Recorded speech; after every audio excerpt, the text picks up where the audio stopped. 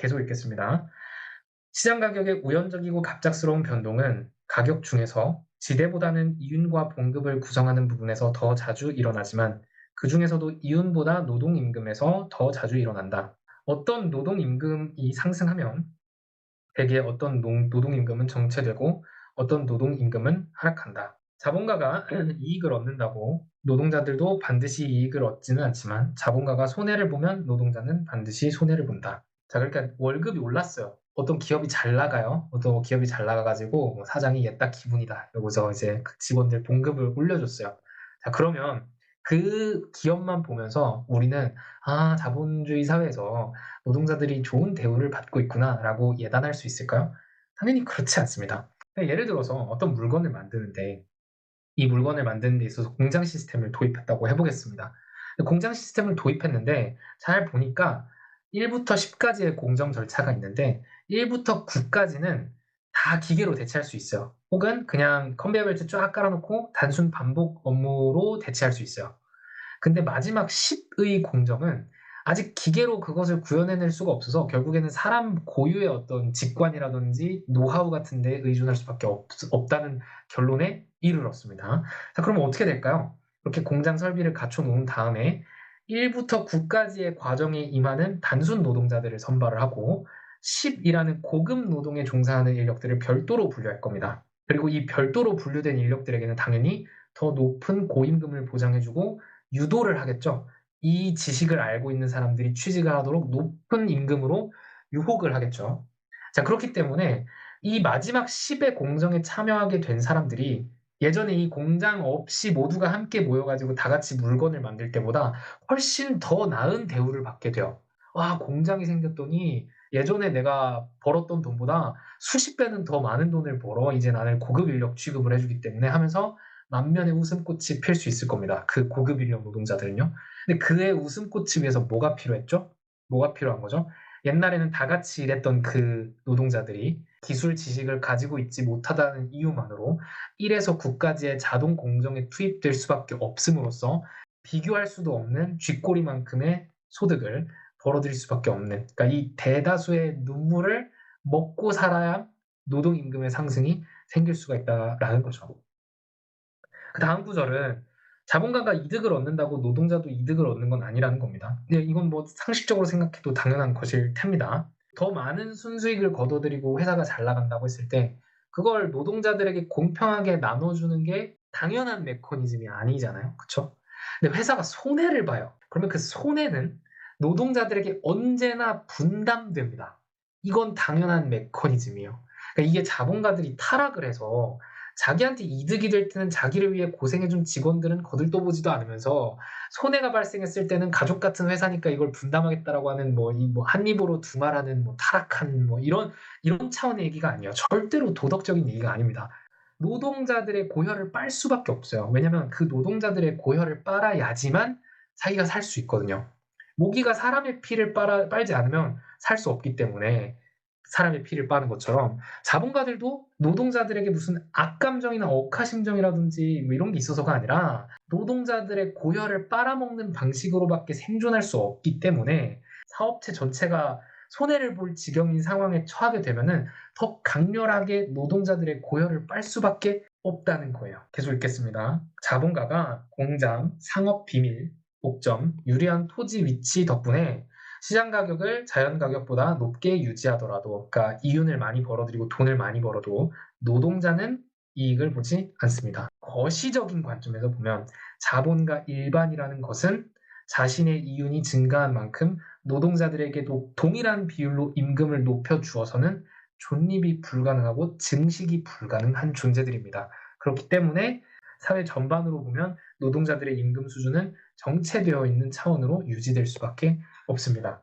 이에 대해서 마르크스가 좀 더 구체적으로 설명을 하죠. 노동 가격이 일정하다라는 얘기를 하는데요. 읽어보겠습니다. 더 나아가 노동 가격은 생활수단 가격보다 훨씬 일정하다. 아주 쉽게 말하면 월급이 안 오른다는 거죠. 왜일까요? 물가가 오른 해에 노동임금은 수요 감소 때문에 내려가고 생활수단 가격 상승 때문에 올라간다.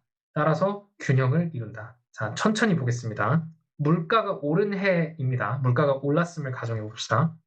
물가가 오른 만큼 노동임금도 올라야 해요. 그쵸? 그렇지 않으면 먹고 살 수 없으니까 월급을 올려줘야 합니다. 월급이 올라가야 하면 자본가들의 입장에서는 당연히 저고용을 생각할 수밖에 없습니다. 저고용이 유발되면 자본가들은 노동자가 아쉽지 않기 때문에 임금을 인상해주지 않습니다.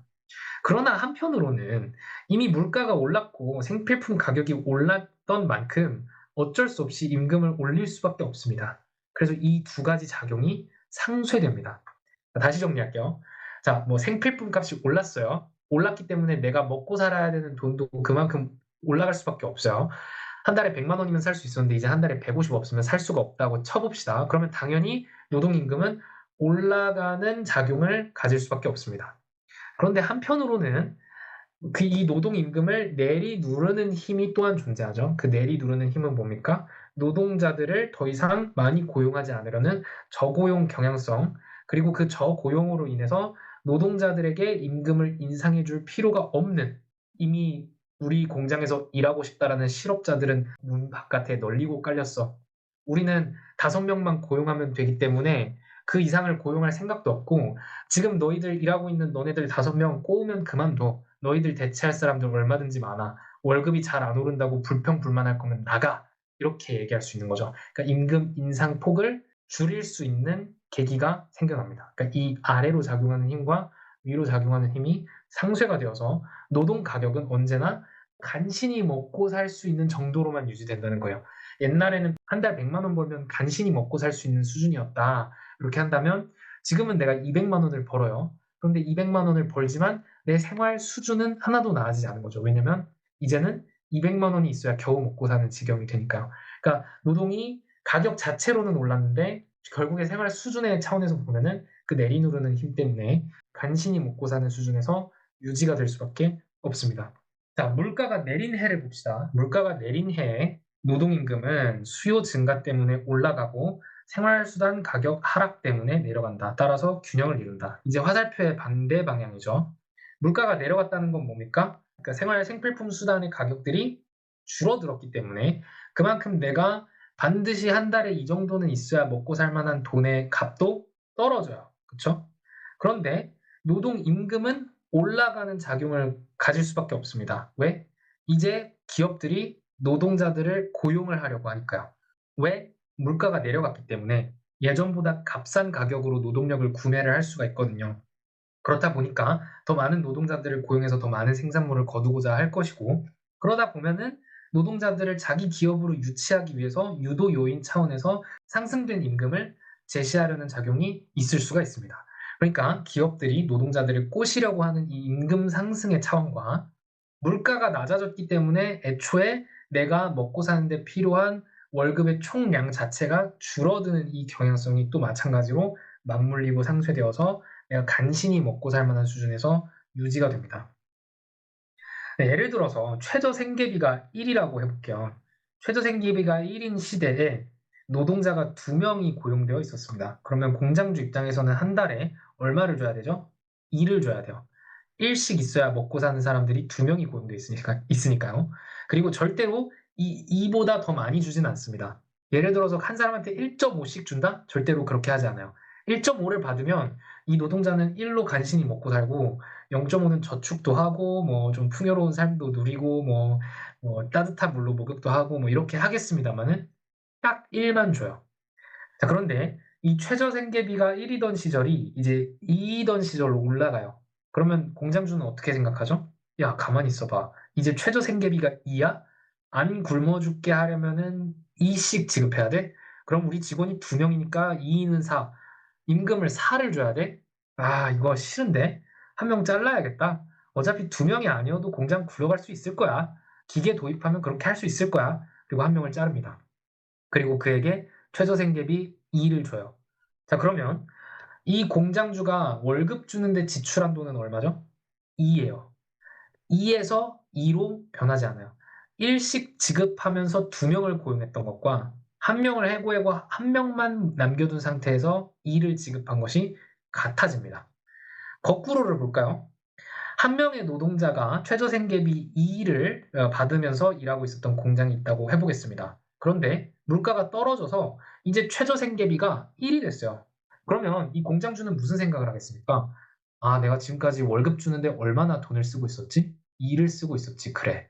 그런데 이제는 먹고 사는데 1 이면 충분하다면서 야 그러면 2 명을 고용하면 되겠네. 왜냐면 내가 원래 월급에 일을 썼으니까. 그러니까 이제 1명 고용할 때 얘한테 일을 몰아주는 건 낭비고 2 명을 고용해서 딱 먹고 살 만큼 일씩 딱딱 주면 되겠네.' 그리고 1 명을 고용합니다. 그래서 1 명을 더 고용해서 2 명을 고용하고 최저 생계비 일씩을 줍니다. 어떻게 되죠? 원래 이만큼 1 명을 고용해서 임금으로 2를 지급했던 기업이 이제 1 만큼 2 명에게 지급해서 여전히 노동임금의 이만큼을 지출하고 있습니다. 그러니까 총 임금으로 지출하는 사용료는 일정하게 돼요. 물가가 올라가든 내려가든. 물론 상당히 추상화한 도식이고요. 아직 경제학적으로는 좀 유의하지 않은 부분들도 많습니다. 자, 계속 읽겠습니다. 노동자에게 불리한 지점은 또 있다. 여러 종류의 노동에 대한 노동 가격은 자본이 쓰이는 여러 분야의 수익보다 훨씬 다양하다. 노동에서 개별 활동은 자연적, 정신적, 사회적으로 극히 다양하고 받는 노동 임금도 다양하지만 이에 비해 죽은 자본은 언제나 같은 보폭으로 걸으며 현실적인 개별 활동에 구애받지 않는다. 일반적으로 노동자와 자본가가 똑같이 시달리더라도 노동자는 생존에 시달리고 자본가는 자신의 죽은 만몬의 이익에 시달린다는 점을 유념해야 한다. 자, 다시 보겠습니다. 노동에서 개별 활동은 다양해요. 내가 어떻게 노동을 할 수 있을까요? 정말 무궁무진한 방법들이 있습니다. 그죠? 그 단순한 육체 노동을 할 수도 있고, 지식 노동을 할 수도 있고, 춤을 출 수도 있고, 조각을 만들 수도 있고, 다양합니다. 그러나 자본은 어떻죠? 자본은 언제나 무엇으로 변환됩니까? 돈으로 변환돼요. 그러니까 내가 어떤 사업을 해서 돈을 벌었는지가 사실은 중요하지 않습니다. 건축으로 돈을 벌든 마약 거래로 돈을 벌든 매춘으로 돈을 벌든 결국에는 뭐예요? 돈일 뿐이에요. 그러니까 자본의 증식 차원에서 보면요. 마르크스가 여기서 표현하듯이 언제나 같은 보폭으로 걷습니다. 자, 예를 들어 내가 키가 크지 않아요. 키가 크지 않으면요. 농구 선수가 되어서 돈을 벌 수는 없을 겁니다. 그쵸?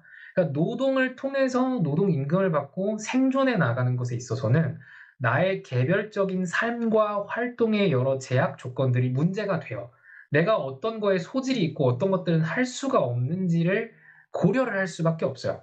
그런데 자본가들은 그걸 고려를 할 필요가 있나요? 100만 원을 만들기 위해서 수단과 방법을 가리지 말고 사업을 하시오라고 했을 때 마약은 거래하면 안 되고 매춘은 하면 안 되고 이런 게 있나요?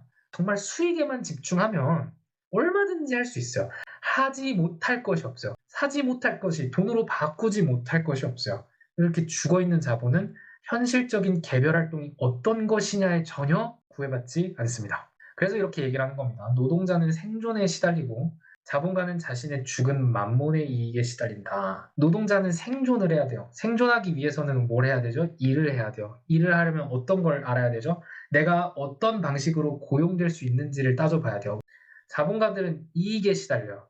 그리고 그 이익은 언제나 죽은 만몬의 조종을 받고 있습니다. 이 만몬이라는 게 밑에 각주를 보면요. 성서에서 탐욕을 상징하는 악마로 보통 물질적 풍요와 탐욕을 뜻합니다. 자, 그러니까 이 만몬이라는 게 죽은 만몬이라고 되어 있는 게 또 중요한 부분이죠.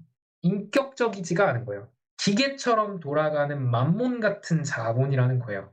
인격적인 것이었으면 매춘을 통해서 100만 원을 모아라, 마약을 통해서 100만 원을 모아라 이거에 제약이 걸리겠죠. 근데 안 걸려요. 왜? 만몬은 매춘이 좋고 나쁜지, 마약이 좋고 나쁜지에 대한 인간적인 차원의 가치나 관념들을 알지 못해요.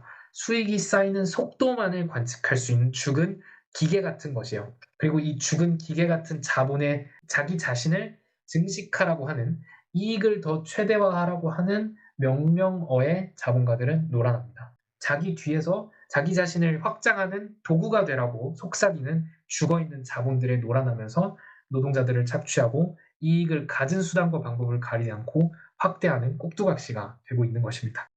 사실 자본주의가 있기 이전부터, 그러니까 지금과 같은 성숙한 자본주의라는 게 시작되기 이전부터 아주 오래전부터 돈이라는 것에 대해서 굉장히 경계하는 얘기들은 오랜 이야기들, 화소들, 신화들, 구전 민담들 이런 데 굉장히 많았어요. 이미 만몬이라는 게 어디 나옵니까? 성서에 나온다고 하지 않습니까? 돈밖에 모르고 고리대금업자 하는 사람들, 탐욕스러운 사람들은 고래적부터 항상 경멸을 받아왔고 참된 인간이 아니라는 식으로 멸시를 받아왔어요.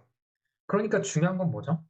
자본주의에 대해서 우리가 이야기를 할 때는 자본주의 속의 자본가들이 왜 문제적이냐를 이야기할 때는 이미 수메르인, 이집트인 성서시대의 인간들조차 할 수 있었던 그런 도덕적 타락 얘기를 해서는 쓸모가 없다는 거예요. 이 자본가들 뒤에 배후에 있는 메커니즘을 폭로하는 게 주된 과제가 되어야 된다는 겁니다.